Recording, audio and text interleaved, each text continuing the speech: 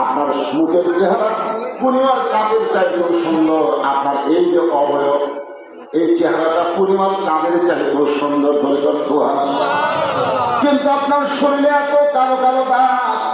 আপনার কি বসন্ত হয়েছিল? আল্লাহ রাসূল ষোলবার মতন কান্দে। আয়েশা বলে, হুজুর আমি কি বেয়াদবি করলাম? এই কথা বলার পর আপনি কান্দেন কেন? আয়েশা বলতেছে, ইয়া রাসূলুল্লাহ, আপনার শরীরে কি কোনো বসন্ত ব্যারাম হয়েছিল? আল্লাহ রাসূল বলে, আয়েশা রে, কোনো বসন্ত ব্যারাম হয় নাই, বরং পায়ের পাশে আমাকে এত পাথর মারছে, এই পাথরের দাগগুলো আমার শরীরের মধ্যে এখনো বিদ্ধ রয়েছে।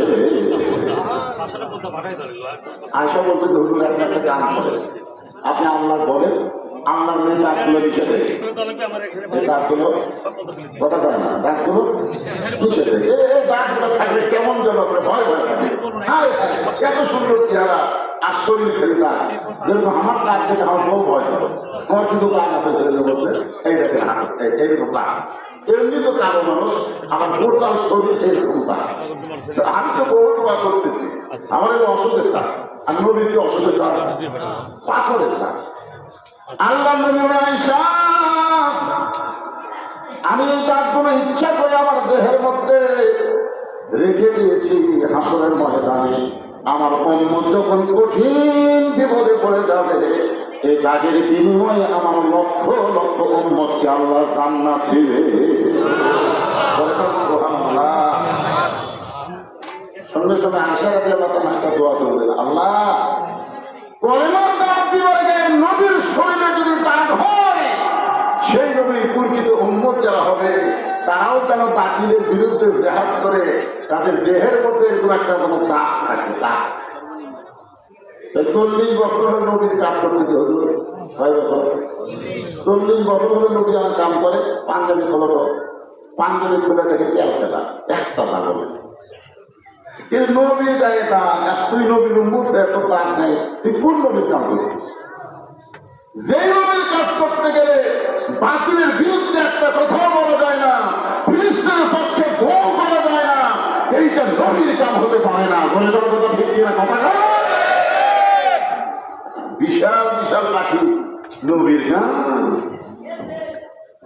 এদের পিছনে ইহুদি খ্রিস্টানেরা আছে, বুঝলেন না ভাইজান? নবীর কাম করবার গেলে বাতিল আপনাকে আশ্রয় দিবে না, বাতিল আপনাকে উঠাইয়া দিবে। বলে দেওয়ার কথা ঠিক কিনা? আজকে বাতিলেরা শর্ট দেয়, বাতিলেরা পাইপ দেয়, বাতিলেরা সাজিয়া দেয়, তার মানে কি?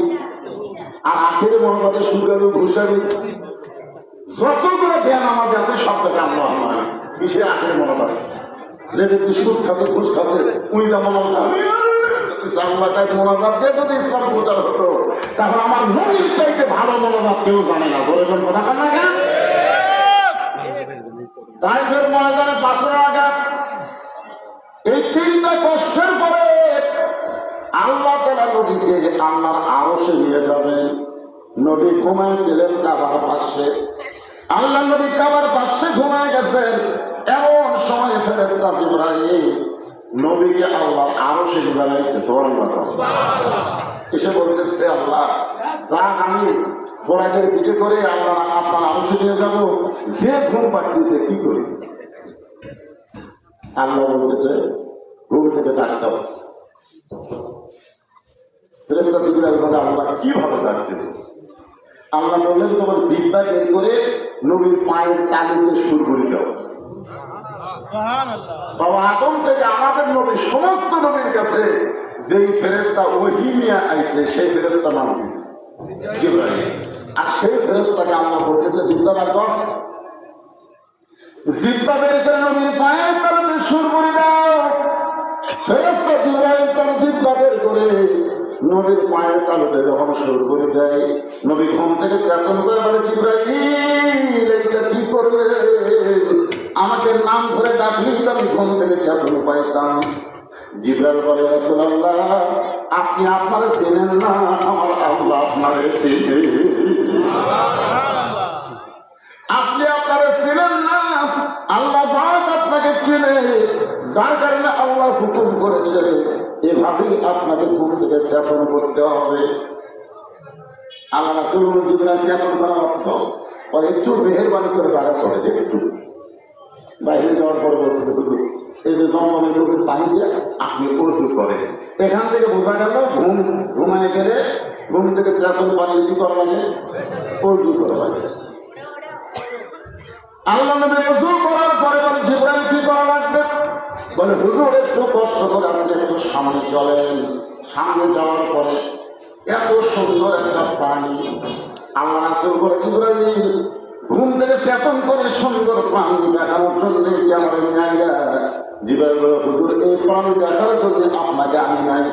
এই প্রাণীর পূজা আপনি চলবেন, এর নাম হলো বুরাক।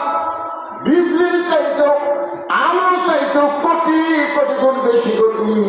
এই বোরাকের দিকে আপনি চলবেন, বোরাক আপনাকে আল্লাহর আরশে পৌঁছায়া দিবে। আল্লাহ বলেছেন সুবহানাল্লাযী আসরা বিআবদিহি লাইলাম মিনাল মাসজিদিল হারাম ইলাল মাসজিদিল আকসা। এখানে গোটা মসজিদের নাম উল্লেখ করার কারণ হলো গোটা পৃথিবীর ভিতরে বহু মসজিদ থাকলেও এই দুই মসজিদের দাম কম না বেশি। বর্তমানে একটা মক্কায় মুসলমানের কাছে আছে, আর একটা ফিলিস্তিনে আপাতত ইহুদিরা দখল করে নিচ্ছে। আর বহুদিন হলে সেখানে জুমার নামাজও করবার দিচ্ছে না। ধরে কথাটা ঠিক কিনা চিন্তা করছেন? হিন্দুদের জন্য মন্দির, খ্রিস্টানদের জন্য গির্জা, ইহুদির জন্য ক্রিয়াকরা, আর মুসলমানের জন্য মসজিদ। ধরে কথা ঠিক কিনা? সেই মুসলমানের মসজিদ শয়তান ইহুদিরা দখল করে বসে আছে। এ পর্যন্ত 26,000 ফিলিস্তিন মুসলমান ওই মসজিদ দখল করার জন্য তাদের জীবন দিয়েছে। তার মধ্যে 19,000 হচ্ছে বাচ্চা, শিশু বাচ্চা। ওরা শিশু বাচ্চাকে টার্গেট করছে। কি জন্য? কারণ গোটা পৃথিবীর সমস্ত মুসলমান মা জন্ম দেয় বাচ্চা, আর ফিলিস্তিনের একজন মা বলেছে আমরা কোন সন্তান জন্ম দেই না, আমরা একটা মুজাহিদের জন্ম দেই।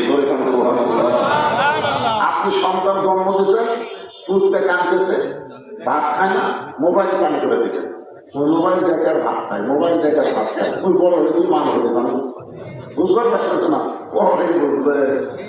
আর ফিলিস্তিনের বাচ্চার জন্ম হলেই মা তাকে বাইতুল মুকাদ্দাসে নিয়ে যায়। নিয়ে যাওয়ার পরে দেখায় আল্লাহর ঘর, ঘরের মধ্যে বাচ্চারে শোয়াইয়া রেখে মা শুকরিয়া তার নামাজ পড়ে, আল্লাহ রেখে দোয়া করে আল্লাহ তোমার ঘরে আমার বাচ্চাকে সুপর্দ করে দিলাম, তোমার ঘর থাকবে, বাচ্চাও থাকবে। তোমার ঘর যদি কেউ লঙ্ঘন করতে চায়, আমার বাচ্চা জীবন দিয়ে হলো তোমার ঘরকে হেফাজত করার চেষ্টা করবে।